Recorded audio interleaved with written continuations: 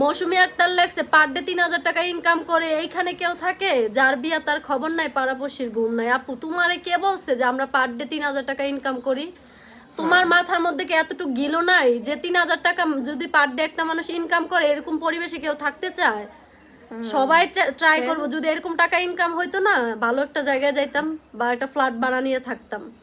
কারণ তোমার মাথায় গিলু নাই দেখে এইভাবে কথাটা বলছো। আর হচ্ছে আমরা ফেসবুকে মনিটেশন পাই নাই, আর ইউটিউবে আমরা কিছুদিন যাবত মনিটেশন পাইছি, আমাদের ওরকম ইনকাম এখনো হয় নাই গা। হ্যাঁ, আমাদের হাজবেন্ড যা ইনকাম করে আমরা ওই টাকা দিয়েই চলি। এমন না আমরা আহামরি কোনো টাকা পয়সা ইনকাম করতেছি, ওই টাকা দিয়ে থাকতেছি, আর টাকা পয়সা দিয়ে ব্যাংক ব্যালেন্স করে লাইছি, কিন্তু এই বাসায় কেন থাকি? আমরা কিন্তু ওরকম কোনো কিছুই করি নেই গা। আর আমাদের যখন ওরকম টাকা পয়সা ইনকাম হবে, তোমরা আমাদের পরিবেশ দেখলে, আমাদের চলাফেরা দেখলে তোমরা বুঝতে পারবা যে না, আপুদের এখন হয়তো ইনকাম আছে, এই কারণে তাদের চলাফেরার ধরন পাল্টাই গেছে, তাদের বাসার পরিবেশ পাল্টাইছে।